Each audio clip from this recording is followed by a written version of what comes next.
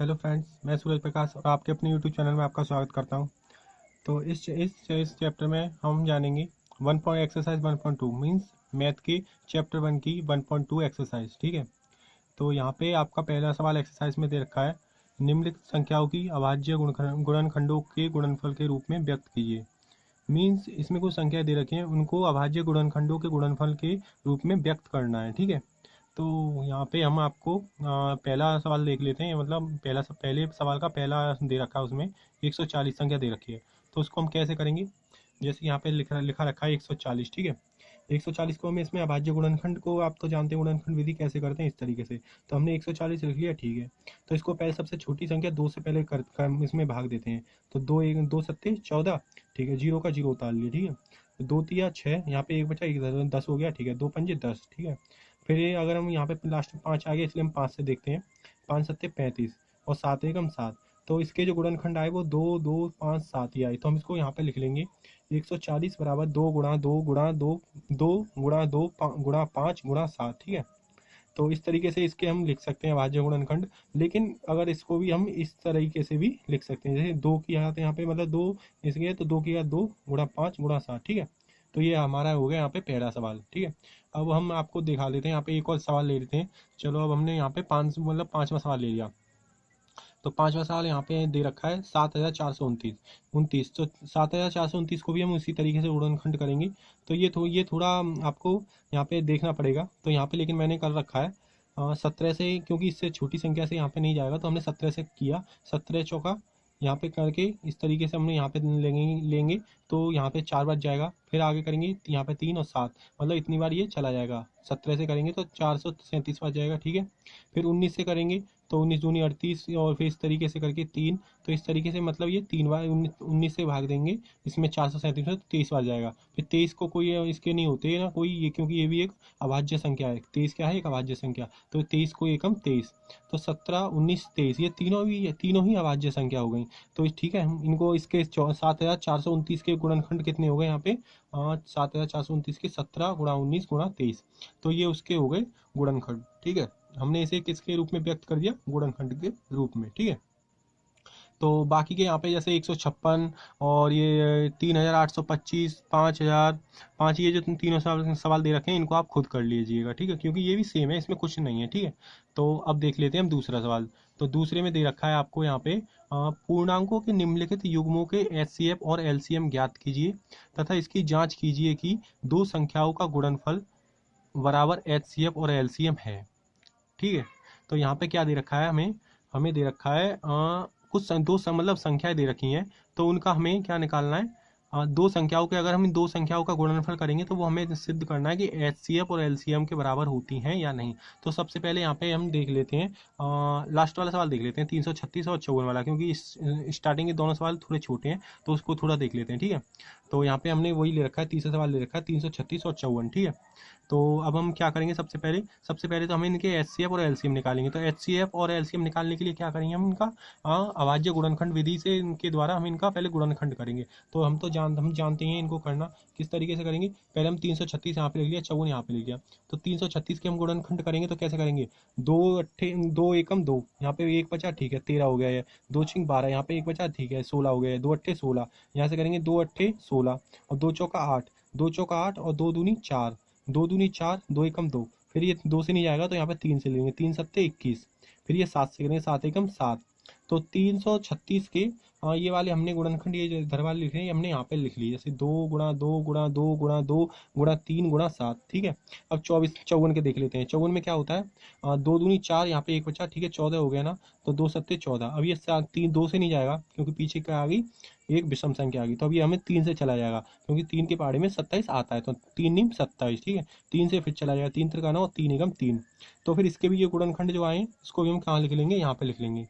तो 54 बराबर 2 गुणा 3 गुणा 3 गुणा 3। ठीक है, अब हम क्या करते हैं, इसमें एचसीएफ और एलसीएम तो हम जानते ही हैं। ठीक है, कैसे निकालना होता है। अगर हम एचसीएफ निकालेंगे तो जो इन दोनों में कॉमन होगा वो हम एक बार लिख लेंगे। इसमें क्या कॉमन है, 2 कॉमन है। ठीक है, 2 लिख लिया हमने यहाँ पे।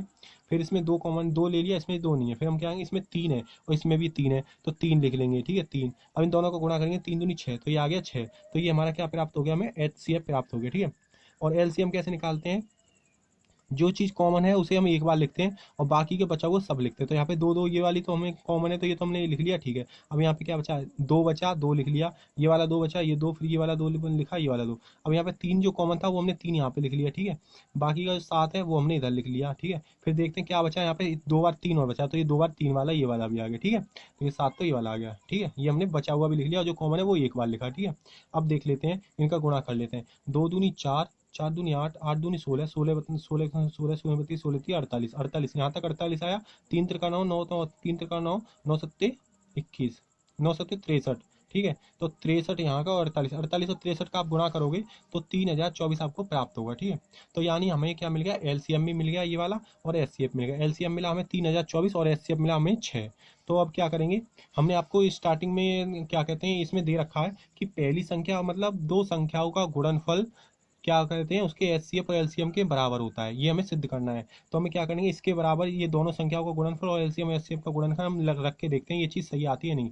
तो दोनों संख्या देख लेते हैं, 336 बराबर 336 गुणा 54 और एलसीएम का गुणा एचसीएफ में। तो यहाँ पे हमने उसी तरीके से लिख दिया 336 गुणा 54 बराबर 3024 एलसीएम आया और 6 आया हमें एचसीएफ, ये लिख दिया। अगर हम इनका गुणा करेंगे 336 गुणा 54 गुणा करेंगे तो 18,144 प्राप्त होगा और 3024 का 6 में गुणा करेंगे तो 18,144 प्राप्त होगा। तो यानी कि ये 18,144 और 18,144 ये दोनों के आगे हमारे बराबर में आ गए। तो यानी कि ये हमने क्या कर दिया, प्रूव कर दिया, ठीक है। इस तरीके से आप जो बाकी के दोनों सवाल है वो भी आप कर लोगे, क्योंकि वो भी सिंपल है, बिल्कुल सेम इसी विधि से होंगे, ठीक है। इसी मेथड को आप लगा देना। ये वाला फॉर्मूला हमेशा याद रखना। वैसे भी ये इतना एक फॉर्मूला होता है कि अगर दो संख्याओं का हमें एलसीएम और मतलब पहली संख्या और दूसरी संख्या बराबर एलसीएम का गुणा एचसीएफ का गुणा होता है, ठीक है। इन दोनों एलसीएम और एचसीएफ को गुणा करोगे और पहली संख्या और दूसरी संख्या को गुणा करोगे तो हमेशा ये एक दूसरे के बराबर होती है, ठीक है। अब देख लेते हैं यहाँ पे नेक्स्ट क्वेश्चन।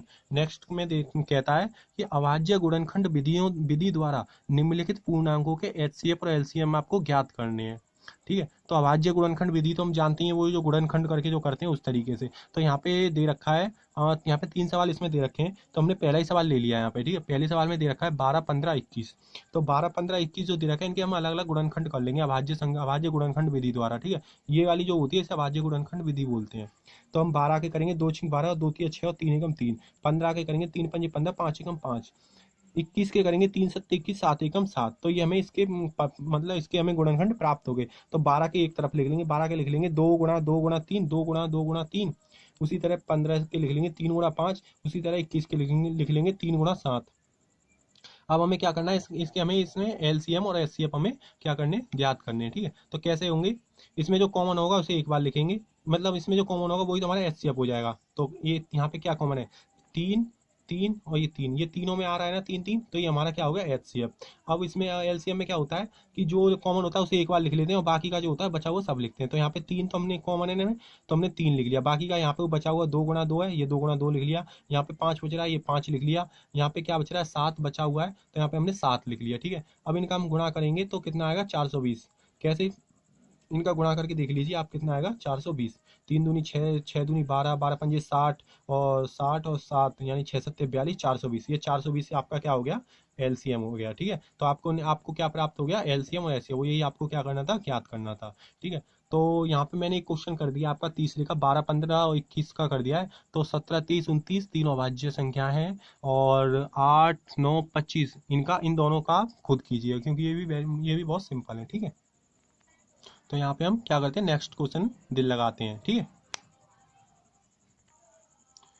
तो नेक्स्ट क्वेश्चन क्या है आपका, चौथे में दे रखा है एचसीएफ 306 657 और बराबर 9 दिया है और एलसीएम दिया है 306 357 ज्ञात करना है। मतलब इसमें एलसीएम ज्ञात करना है, एचसीएफ हमें दे रखा है 9 और दो संख्या दे रखी है 306 और 657, ठीक है। तो इसमें हमें एक पहले हमने पिछले साल में एक सूत्र पढ़ा था, मतलब फॉर्मूला पढ़ा था, क्या पढ़ा था, पहली संख्या गुणा दूसरी संख्या बराबर एलसीएम गुणा एचसीएफ। तो इन जो ये फॉर्मूला इसी में हम सभी जो दे रखी है इसमें वैल्यू दे रखी है उनको हम पुट कर देंगे, उनको हम रख देंगे। तो कैसे रखेंगे, हमें पहली संख्या दूसरी संख्या दे रखी है ना, मतलब दो संख्या दे रखी है 306 गुणा 657 और एल एलसीएम हमें ज्ञात करना है और एचसीएफ हमें क्या दे रखा है, 9 दे रखा है। तो क्या होगा, हमें इनको हम हल करते हैं। तो एलसीएम यहीं पे रखेंगे, अगर इनसे 9 को हम इस बराबर के पार ले जाते हैं, मतलब गुणा में होती है तो वो उसकी बट्टे में चली जाती है। तो 306 गुणा 657 और इसके बराबर बट्टे में आ जाएगी ये वाली 9। ठीक है, 9। अब ये 9 से ये वाला कट जाएगा, कितनी बार कट जाएगा, 9 9 तिया 27, यहाँ पे 27, 9 तिया 27। ठीक है, यहाँ पे बचा कितना, 3 और 9 चौक 36, यानी 34 बार ये कट गया, 34 बार कट गया। ठीक है, तो क्या हुआ, 657 इधर बच गया। ठीक है, तो अब 34 का और 657 का गुणा करते हैं। 657 और 34 का हमने गुणा किया है तो ये आया, देखो 4 सत्ते 28 के 8 हासिल लगे 2, 4 पंजे 20 और 2 22, 22 के 2 हासिल लगे 2, 4 छिंग 24 और 2 26, 3 सत्ते 21, यहाँ पे गुणा लगा करके 3 सत्ते 21 का 1 हासिल लगे 2, 3 पंजे 15 और 1 15 और 2 17। ठीक है, और 17 के साथ हासिल लगा 1 और 3 छिंग 18 और 1 19। ठीक है, 8 का 8 2 1 3 6 7 13 3 हासिल लगा 1 10 और 2 12 2 हासिल लगा 1 2। ठीक है, 22,338। ये 22,338 हमें क्या प्राप्त हो गया, एलसीएम। ठीक है, इसी तरीके से ये क्वेश्चन होंगे। तो ये आपका क्वेश्चन था चौथा, ये वाला क्वेश्चन होगा क्लियर। ठीक है, अब देख लेते हैं पांचवा। नेक्स्ट क्वेश्चन क्या बोलता है, और नेक्स्ट क्वेश्चन में बोलता है कि जांच कीजिए कि क्या किसी प्राकृतिक संख्या n के लिए संख्या 6n अंक 0 पर समाप्त हो सकती है।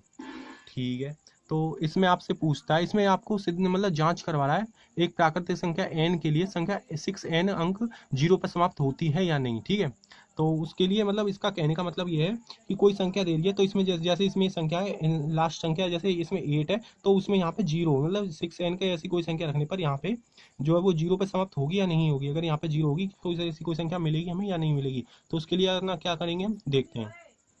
यदि प्राकृतिक संख्या n के लिए संख्या 6n अंक 0 शून्य पर समाप्त होगी तो वह 5 से डिवाइड होगी। ठीक है, मतलब इसमें क्या रखा है, यदि प्राकृतिक संख्या n के लिए संख्या 6n अंक 0 शून्य पर समाप्त होगी तो वह 5 से क्या हो जाएगी, डिवाइड हो जाएगी। ठीक है, डिवाइड हो जाएगी। अगर लास्ट में यहाँ पे कोई, अब ध्यान रखना, अगर कोई भी कितनी बड़ी संख्या उसमें अगर लास्ट के अंक में, इकाई अंक में क्या कहते हैं, 0 हो या फिर 5 हो। ठीक है, क्या हो, 0 हो यहाँ पे या फिर 5 हो तो वो हमेशा 5 से कट जाएगी। तो यहाँ पे अगर इसमें 0 अगर लास्ट में बोल रहा है, इकाई के अंक पे अगर लास्ट में 0 बोल रहा है तो वो हमेशा 5 से क्या होगी, डिवाइड होगी।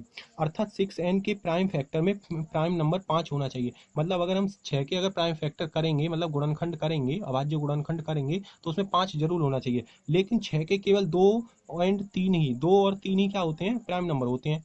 इसमें प्राइम फैक्टर होते हैं, मतलब इनके 2 और 3 ही तो होते हैं, इसलिए ये पॉसिबल नहीं है। क्योंकि 5 होना चाहिए लेकिन इसमें तो 2 और 3 ही है, तो ये पॉसिबल नहीं है। तो अतः ऐसी कोई प्राकृतिक संख्या n नहीं है जिसके लिए 6n अंक पर 0 पर समाप्त हो। मतलब ऐसी कोई भी संख्या नहीं बनाई जा सकती जो 6 के पावर अगर घात रखने पर n के कोई भी घात रख दो तो उसकी अगर वैल्यू खोलें तो 0 उसकी इकाई अंक प्राप्त हो। ठीक है, तो यही आप करके अपने स्टेटमेंट आप इसमें दे सकते हो क्वेश्चन के लास्ट में। ठीक है, अब देख लेते हैं नेक्स्ट क्वेश्चन।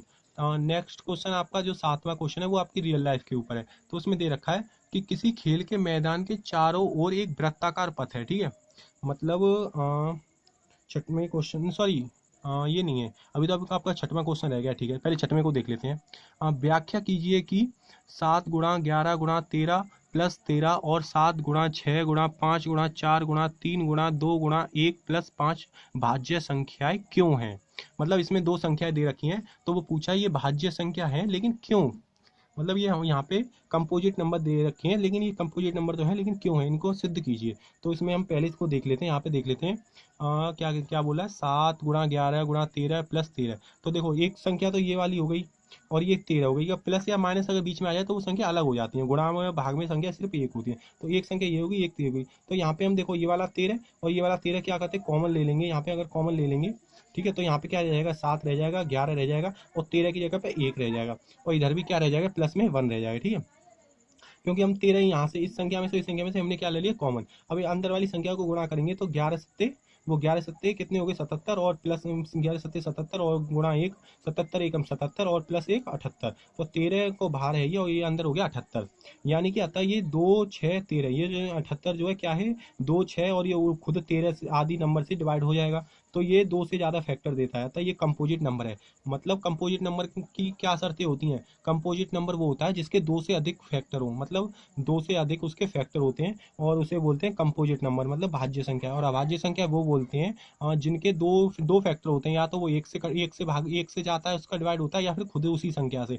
सिर्फ उसके कितने फैक्टर होते हैं, 2 ही फैक्टर होते हैं। अगर आपको अभाज्य और अभाज्य संख्या को जानना है तो मैं इसका लिंक आपको इसी वीडियो के डिस्क्रिप्शन में दे दूंगा, तो वहाँ से आप देख सकते हो, ठीक है। रियल नंबर के नाम से वो वीडियो आपको मिल जाएगी, ठीक है। वो भी रियल नंबर के नाम से ही बनी हुई है। तो ये वाला हो गया, यहाँ पे हमने आपको सिद्ध कर दिया, क्योंकि इसके यहाँ पे 2 से ज़्यादा फैक्टर हैं इसके। तो ये हो गया हमारा कंपोजिट नंबर। तो अगले को देख लेते हैं। यहाँ पे दे रखा है 7 गुणा 6 गुणा 5 गुणा 4 गुणा 3 गुणा 2 गुणा 1 और प्लस 5। तो यहाँ पे भी हम क्या करते हैं, ये वाला 5 देखिए, ये वाला 5 और ये वाला 5 हम कॉमन ले लेंगे, ठीक है। तो अंदर यहाँ पे क्या रहेगा, 7 गुणा 6 गुणा 4 गुणा 3 गुणा 2 गुणा 1 और प्लस 1। यहाँ पे इसको कॉमन ले लिया तो 1 रह गया, ठीक है। तो अब क्या करेंगे, यहाँ पे इतने जब इसमें मल्टीप्लाई हो रही है तो सोचो जब इसकी इतना इसमें मल्टीप्लाई होगी तो इतने से भाग भी तो जाएगा। अतः जब ये इतनी संख्याओं से मल्टीप्लाई होता है, मतलब इसमें इतना गुणा होता है, तो इस डिवाइड भी तो होगा, ठीक है। तो इसके भी फैक्टर 2 से ज़्यादा हो जाएंगे। जैसे कोई संख्या में अगर हम, जैसे 4 संख्या, जैसे कि क्या कहते हैं 6 कैसे बनती है, 2 गुणा 3 करके ही बनती है ना। अगर 2 गुणा और 3 से उन भाग, मतलब उसमें गुणा करके 6 संख्या बनती है, तो 6 को हम 2 और 3 दोनों से भाग दे सकते हैं ना। तो उसी तरीके से जिस चीज़ से गुणा हुई है तो उस चीज़ से भाग भी तो जाएगा। तो इसी तरीके इसके लिए बहुत सारे गुणनखंड हैं। तो क्या हो जाएगा, ये 2 से भी क्या हो जाएगा, इसका भाग चला जाएगा। तो इसके भी 2 से ज़्यादा फैक्टर हैं, तो ये क्या हो जाएगी, हमारी कंपोजिट नंबर हो जाएगी। यही हमें सिद्ध करना था, ठीक है। तो ये हमारा हो गया सिद्ध, ठीक है। अब आते हैं हम अगले क्वेश्चन पर। अगला क्वेश्चन बोलता है, ये मैं पहले भी बताया था कि ये क्या है, एक रियल नंबर, रियल लाइफ के ऊपर बेस है। तो इसको क्वेश्चन को हम करते हैं, बहुत अच्छा क्वेश्चन है। देखिए, किसी खेल के मैदान के चारों ओर एक वृत्ताकार पथ है। मान लो कोई खेल का मैदान है, उसके चारों ओर हमने यहाँ पे बना रखा है एक वृत्ताकार पथ है। इस मैदान का एक चक्कर लगाने में सोनिया को, मतलब यहाँ पे एक लड़की है, उसका नाम है सोनिया, उसको 18 मिनट लगते हैं। मतलब यहाँ से स्टार्ट करेगी तो इसको एक चक्कर यहाँ तक आने में 18 मिनट लगते हैं, ठीक है। तो लगते हैं, जबकि उसी मैदान के चक्कर लगाने में रवि नाम का लड़का है, उसको 12 मिनट लगते हैं। मतलब यहाँ से वो चक्कर लगाने में 12 मिनट लगते हैं, मतलब वो लड़की से तेज भागता है। तो मान लीजिए वे दोनों एक ही स्थान और एक ही समय पर, मतलब एक इसी स्थान से और एक ही समय पर चक्कर लगाना प्रारंभ करके एक ही दिशा में चलते हैं, मतलब एक ही दिशा में चक्कर लगाना स्टार्ट करते हैं, तो कितने समय बाद वे पुनः प्रारंभिक स्थान पर मिलेंगे। तो जैसे कि दोनों लोग यहाँ से स्टार्ट कर रहे हैं, यहाँ से चक्कर, इस पॉइंट से चक्कर लगाना स्टार्ट कर रहे हैं, तो वो दोनों, जैसे वो एक की तो स्पीड थोड़ी कम है और एक की तो ज़्यादा है, तो क्या होंगे, वो एक पहले चक्कर पे तो मिलेंगे नहीं, क्योंकि वो पीछे रह जाएगी लड़की। तो क्या होंगे वो, अब ये पूछा है कि वो कब मिलेंगे, ठीक है। तो इसको हम कैसे करते हैं, पहले इसको हम अपने तरीके से करके देखते हैं। कि मान लो कि सोनिया ने पहला चक्कर 18 मिनट में लगाया, ठीक है। रवि ने पहला चक्कर अपना 12 में लगाया, ठीक है। तो सोनिया दूसरे चक्कर को 36 मिनट में लगाएगी, ठीक है, और रवि लगाएगा 24 मिनट में। सोनिया तीसरा चक्कर अपना पूरा करने में 54 मिनट लगाएगी, और रवि कितना लगाएगा, 36 मिनट। यानी अब देखो, हमने यहाँ पे क्या आ गया, आंसर तो हमारा आ गया। कैसे, क्योंकि 36वें मिनट पे सोनिया अपना दूसरा चक्कर जब यहाँ पे आएगी, तो रवि जब तक तीसरा चक्कर, मतलब उसी 36 मिनट में तीसरे चक्कर में 3 बार चक्कर लगा के यहाँ पे आ जाएगा। तो यानी वो उसके दूसरे चक्कर पे, उसके तीसरे चक्कर पे वो दोनों आपस में क्या हो गए, मिल जाएंगे। तो यही क्या होगा, अतः 36 मिनट पर दोनों पुनः मिलेंगे। तो यहाँ पे आपका आंसर हो जाएगा 36। लेकिन अगर हम गणित के मैथमेटिक्स के हिसाब से चलें तो इसको, इसमें क्या करना है, इसमें हमें इनका 18 और 12 का क्या निकालना था, एलसीएम निकालना था। क्योंकि हमें एलसीएम निकाल के भी पता हमें लग जाएगा। तो लगा के निकाल के देखते हैं। जैसे कि 18 और 12 के हम पहले क्या करते हैं, अभाज्य गुणनखंड करते हैं, ठीक है। तो अभाज्य गुणनखंड पहले 18 करेंगे, 2 नीम 18, 3 तिरका 9 और 3 एकम 3। उसी तरह 12 के 2 छिंग 12, 2 तिया 6 और 3 एकम 3। इस तरीके से हमने कर लिए, ठीक है। अब इसको लिख लेंगे, 18 के क्या क्या आए हैं, 2 गुणा 3 गुणा 3, और 12 के 2 गुणा 2 गुणा 3, ठीक है। तो इसमें से कॉमन क्या है उसको एक बार लिखेंगे, और जो क्या कहते हैं बचा हुआ सब हम लिखेंगे, हम बार बार, मतलब वो बचा हुआ सब लिखेंगे। तो यहाँ पे कॉमन क्या है, देखो ये 2 कॉमन है, ठीक है, और ये 3 भी कॉमन है, ठीक है। तो 2 का एक बार लिख लिया ये वाला, ठीक है। इस 3 को भी हमने एक बार लिख लिया, ठीक है। अब क्या क्या बचा, एक ये वाला 3 बचा, एक 2 बचा, तो 3 और 2 लिख लिया, ठीक है। अब इसको गुणा कर देंगे, 2 तिया 6, 6 तिया 18, 18 दूनी 36। तो ये ऐसे करके भी 36 ही मिनट आया, ठीक है। तो आई होप आप सब लोग समझ चुके होंगे। तो मैं आशा करता हूँ कि आपको ये वीडियो पसंद आई होगी। अगर आपको वीडियो पसंद आए तो प्लीज़ लाइक सब्सक्राइब कीजिए हमारे चैनल को। और आप जब सब्सक्राइब करोगे तो इस पर एक बेल आइकन आएगा, तो उसको भी आप प्रेस कर लीजिए, मतलब दबा दीजिए। क्योंकि जब भी आप मैं अब आपको इस मैथ्स में चैनल पे पूरी वीडियो मैथ क्लास की डालने वाला हूँ। तो क्या करते हैं, आप मैं जब भी डालूँ तो आपको इसके बारे में नोटिफिकेशन मिल जाएगी। धन्यवाद, थैंक यू।